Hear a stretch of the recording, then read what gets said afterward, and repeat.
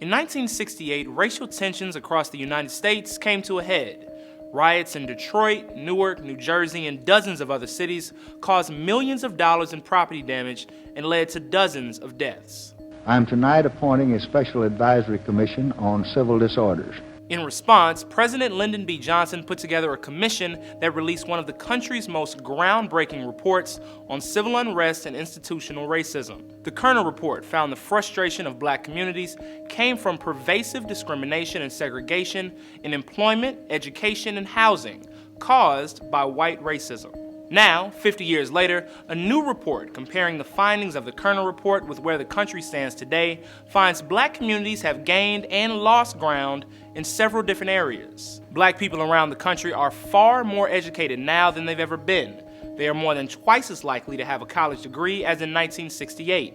And 90% of those between 25 to 29 years old have graduated from high school compared to a little over half of them 50 years ago.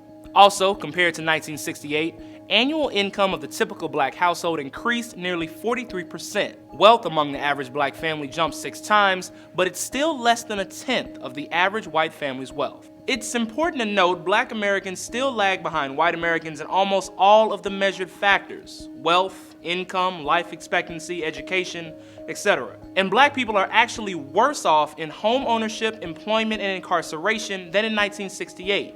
Since that year, the share of black people in jail or prison has tripled, leaving 1,700 black people behind bars for every 100,000 black Americans. The research of this latest report points to some of the same problems the Kerner Commission laid out a half-century ago. Janelle Jones, who worked on the study, says structural racism is the root cause of this economic inequality and says it's going to take bold solutions to solve it.